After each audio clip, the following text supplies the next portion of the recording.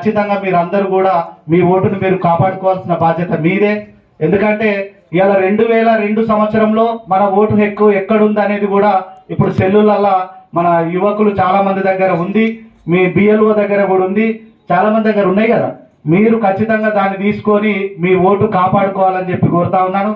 మరి ఎమ్మెల్యే గారు కూడా ఎప్పటికప్పుడు మాకు ఆదేశాలు ఇస్తూ మరి గడ్డం వినోద్ వెంకటస్వామి గారు ఈ నియోజకవర్గంలో ఏ ఒక్క అర్హత కలిగినటువంటి ఓటు కూడా రద్దు కావద్దని వారు చెప్పడం జరుగుతూ ఉంది. ఇవాళ బెల్లంపల్లి మెయిన్ రోడ్డు కూడా గత 30 సంవత్సరాల తర్వాత 10 సంవత్సరాల అధికారంలో ఉన్నటువంటి ఏ నాయకుడు కూడా కనీసం రోడ్డు పట్టించుకున్నటువంటి పరిపాలన పోలే. ఇప్పుడు ఇంకొక 2 నెలల లోపే అద్భుతమైన రోడ్లు మన ఎమ్మెల్యే వినోద్ వెంకటస్వామి గారి నాయకత్వంలో జరగబోతున్నాయని కూడా నేను ఈ సందర్భంగా తెలియజేస్తా ఉన్నాను. రాబో రోజుల్లో 2వ ఫేజ్ ఇందిరమ్మ ఇండ్లు కూడా రావడానికి సిద్ధంగా ఉన్నాయని కూడా నేను ఈ సందర్భంగా తెలియజేస్తా ఉన్నాను. అయితే మొన్న ముఖ్యమంత్రి గారి దగ్గరికి మమ్మల్ని ఎమ్మెల్యే గారు తీసుకుపోవడం జరిగింది.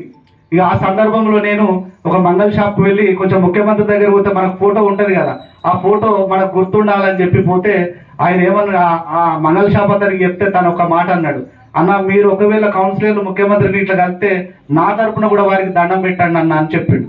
అరే మేము కాంగ్రెస్ పార్టీ ఏం చేస్తలేదు అంటారు కదా, మరి నువ్వు దండం పెట్టమంటున్నావు, నీకేం మేలు జరిగింది అని నేను అడిగిన.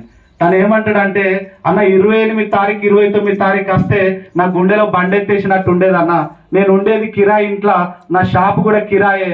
ఇవాళ కాంగ్రెస్ ప్రభుత్వం రేవంత్ రెడ్డి గారు వచ్చిన తర్వాత ఏదైతే కిరాయి 1500 కరెంటు బిల్లు మాఫ్ అవుతుంది, షాప్ కరెంటు బిల్లు మాఫ్ అవుతుంది, ఆయన ద్వారా నాకు 3000 రూపాయల లాభం జరుగుతుందని చెప్పి తను చెప్పడం జరిగింది. కాబట్టి మేలు జరిగిన ప్రభుత్వానికి మనం అండగా ఉండాల్సిన బాధ్యత మనందరి పైన ఉంది. గతంలో మనకు దొడ్డు బియ్యం ఇస్తే అవి అమ్ముకున్నాం, లేకపోతే ఏదో దోశలకు వాడుకున్నాం. కానీ ఇవాళ సన్న బియ్యం ఇవాళ నానబెట్టి పెడితే పుల్లలో అవుతుంది.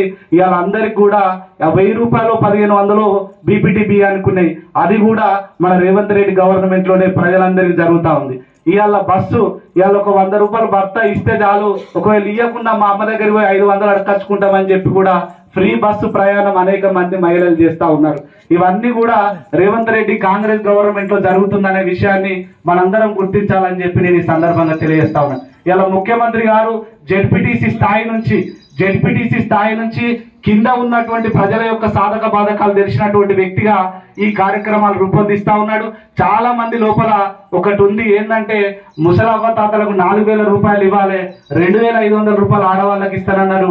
ఇది చాలా మంది లోపల ఉంది. గత ప్రభుత్వం చేసినటువంటి అప్పులకు వడ్డీలు కడుతూ ఇప్పటి వరకు ప్రభుత్వాన్ని మన ముఖ్యమంత్రి నడిపిస్తా ఉన్నాడు. చాలా పెద్ద ఎత్తున నిధుల సమీకరణ